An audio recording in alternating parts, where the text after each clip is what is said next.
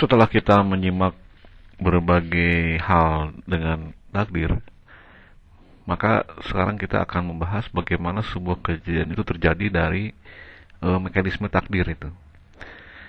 Nah, dari kesimpulan mekanisme takdir, maka suatu kejadian itu terjadi itu karena empat hal. Yang pertama adalah faktor diri sendiri. Yang kedua adalah faktor luar atau faktor alam. Dan yang ketiga adalah karena probabilitas, ini juga sebetulnya faktor alam juga, tapi saya khusus dibuat khusus, yaitu faktor probabilitas. Kemudian ada faktor intervensi Tuhan. Mari kita bahas satu per satu. Faktor diri sendiri kita bisa lihat di surat 3 ayat 165. Dan mengapa ketika kamu ditimpa musibah pada peperangan Uhud, padahal kamu telah menimpakan kekalahan 2 kali lipat kepada musuh-musuhmu pada peperangan Badar, kamu berkata, dari mana datangnya kekalahan ini? Katakanlah, itu dari kesalahan dirimu sendiri. Sesungguhnya Allah Maha Kuasa atas segala sesuatu. Jadi kesalahannya ada pada diri kita sendiri. Selanjutnya di ayat surat 42 ayat 30, dan apa musibah yang menimpa kamu, maka adalah disebabkan oleh perbuatan tanganmu sendiri, dan Allah memaafkan sebagian besar dari kesalahan-kesalahanmu. Ini mempertegas bahwa apapun musibah yang menimpa kita itu karena kesalahan tangan kita sendiri. Kemudian faktor alam. Ini adalah faktor luar yang di luar diri kita, faktor yang dimana kita tidak bisa mengendalikan karena semua terjadi faktor luar, dan karena semuanya berhubungan, maka kita juga terkena dampak dari faktor alam ini, baik itu dampak yang negatif maupun dampak yang positif. Seperti perputaran sebuah roda, kadang kita di atas, di pinggir, atau di bawah. Bisa jadi faktor ini misalnya kebijakan pemerintah mengambil suatu kebijakan yang akhirnya berhubungan langsung dengan diri kita, atau suhu perpolitikan yang kurang bagus atau mungkin bagus. Nah, ini juga akan berefek pada diri kita. Terutama juga adalah karena bencana alam. Bencana alam juga jelas ini adalah faktor alam yang memang kita tidak bisa mengendalikannya, dan kita akan terkena dampak dari bencana alam ini, baik secara ekonomi, psikologi, moral, dan segala macam. Jadi intinya adalah perbuatan luar, termasuk juga perbuatan orang lain yang menimpa kita, dan lain-lain. Hal-hal yang memang tidak bisa kita kendalikan, tetapi kita mempunyai efek dari semua kejadian itu. Ini adalah faktor luar atau faktor alam. Kemudian faktor probabilitas atau peluang. Di seluruh aspek di muka bumi ini ada faktor peluang atau probabilitas.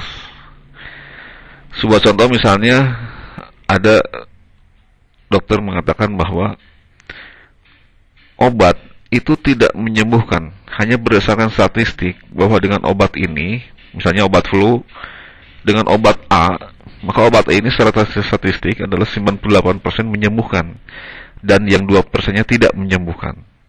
Sehingga dari 1000 orang, maka ada 2% yang tidak sembuh dengan obat tersebut, dan 98%-nya adalah sembuh. Nah, maka kita termasuk probabilitas atau peluang yang masuk mana? Apakah yang disembuhkan atau yang tidak disembuhkan oleh obat tersebut, misalnya seperti itu. Contohnya lagi, misalnya di sini kita lihat ada data jumlah pasien, ada kanker, sakit jantung, kemudian stroke, diabetes, dan banyak.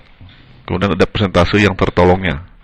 Misalnya kanker yang tertolongnya itu adalah 67% dari 874. Berarti kan ada pasien yang tertolong dan ada pasien yang tidak tertolong. Nah, ini banyak faktornya, tapi inilah yang disebut dengan probabilitas. Kemudian setiap orang itu memang terkena probabilitas penyakit. Jadi kalau sakitnya nggak kanker, mungkin jantung, mungkin juga seseorang kena stroke, mungkin juga diabetes, mungkin lesu, dan seterusnya. Jadi penyakit ini akan terbagi kepada penduduk dengan persentase-persentase tertentu.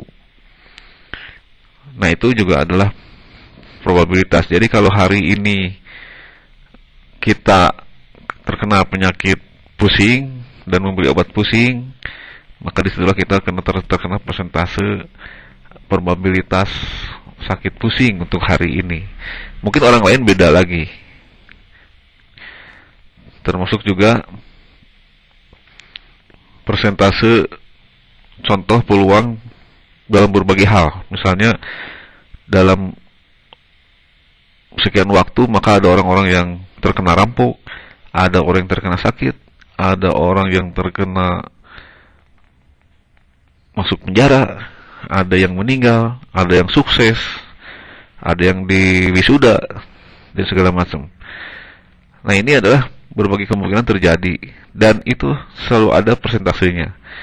Jadi kalau seorang polisi atau rumah sakit mempersiapkan segala sesuatu untuk menghadapi korban yang kecelakaan, misalnya untuk tahun depan, maka bisa dilihat dari tahun-tahun sebelumnya. Dari tahun-tahun sebelumnya ini maka akan terlihat kemungkinan berapa orang yang akan celaka untuk tahun depan. Maka dari mulai persiapan, dari mulai obat-obatan, dari mulai tenaga medis, dan semuanya itu diperhitungkan dengan asumsi perkiraan berapa ribu orang yang akan celaka untuk tahun depan, sehingga dimasukkan dalam rencana pembelanjaan, apa itu perlengkapan di kepolisian atau di rumah sakit, atau untuk klaim juga asuransi. Nah, probabilitas ini pasti terjadi dalam angka yang kemungkinan. Nah, oleh sebab itu maka bisa dipastikan tahun depan itu ada yang celaka. Nah, siapa yang celakanya? Mereka yang mendekati faktor kecelakaan itulah yang akan lebih besar mendapatkan kecelakaannya, dan seterusnya. Ini adalah faktor probabilitas. Yang berikutnya adalah intervensi Tuhan. Nah, di surat 17 ayat 33, ini Tuhan menceritakan, Allah Subhanahu wa taala menceritakan, sesungguhnya kami telah menguji mereka musyrikin Mekah sebagaimana kami telah menguji pemilik-pemilik kebun ketika mereka bersumpah bahwa mereka sungguh-sungguh akan memetik hasilnya di pagi hari, dan mereka tidak mengucapkan insya Allah, lalu kebun itu diliputi malapetaka yang datang dari Tuhanmu ketika mereka sedang tidur, maka jadilah kebun itu hitam seperti malam yang gelap gulita. Lalu mereka memanggil di pagi hari, pergilah di waktu pagi ini ke kebunmu jika kamu hendak memetik buahnya. Maka pergilah mereka saling berbisik-bisikan pada hari ini, janganlah ada seorang miskin pun masuk ke dalam kebunmu. Dan berangkatlah mereka di pagi hari dengan niat menghalangi orang-orang miskin, padahal mereka mampu menolongnya. Tatkala mereka melihat kebun itu, mereka berkata, sesungguhnya kita benar-benar orang yang sesat jalan, bahkan kita dihalangi dari memperoleh hasilnya. Berkatalah seorang yang paling baik pikirannya di antara mereka, bukankah aku telah mengatakan kepadamu, hendaklah kamu bertasbih kepada Tuhanmu. Mereka mengucapkan, Maha suci Tuhan kami, sesungguhnya kami adalah orang-orang yang zalim. Lalu sebagian mereka menghadapi sebagian yang lain seraya celah-mencela. Mereka berkata, aduhai celakalah kita, sesungguhnya kita ini adalah orang-orang yang melampaui batas. Mudah-mudahan Tuhan kita memberikan ganti kepada kita dengan kebun yang lebih baik daripada itu. Sesungguhnya kita mengharapkan ampunan dari Tuhan kita. Seperti itulah azab dunia, dan sesungguhnya azab akhirat lebih besar jika mereka mengetahui.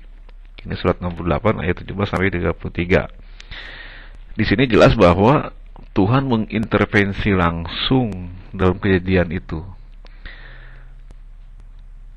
dengan sebab-sebab yang sudah kita dengar tadi dalam ayat tersebut.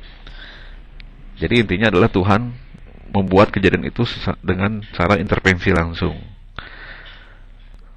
Di surat 3 ayat 123-124, dan Allah telah menolong kamu dalam peperangan Badar, padahal kamu adalah ketika itu orang-orang yang lemah. Karena itu bertakwalah kepada Allah supaya kamu mensyukurinya. Ingatlah ketika kamu mengatakan kepada orang mukmin, apakah tidak cukup bagi kamu Allah membantu kamu dengan 3.000 malaikat yang diturunkan dari langit? Nah, ini Allah juga menolong peperangan Badar. Maka Allah mengintervensi langsung dengan menurunkan 3.000 malaikat.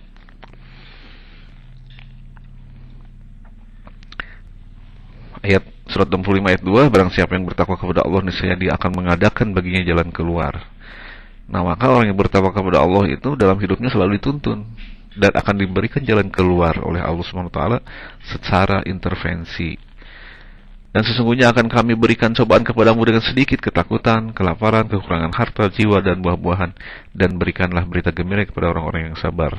Nah, ini untuk menguji mereka sabar atau tidak, maka Allah akan mengintervensi kita dengan berbagai cobaan. Sedikit ketakutan, kelaparan, kekurangan harta, jiwa, dan buah-buahan. Nah, jika Allah akan menguji kita, maka Allah bisa saja mengintervensi kita. Nah, jadi suatu kejadian itu terjadi, itu dengan 4 faktor. Apakah masing-masing itu berdiri sendiri-sendiri ataukah bersatu? Itu bisa terjadi dengan bersamaan atau satu persatu. Misalnya adalah karena kesalahan tangan kita dan itu sebagai sebuah ujian, dan itu pun bisa jadi diintervensi oleh Tuhan. Jadi banyak bisa berbarengan atau bisa sendiri-sendiri.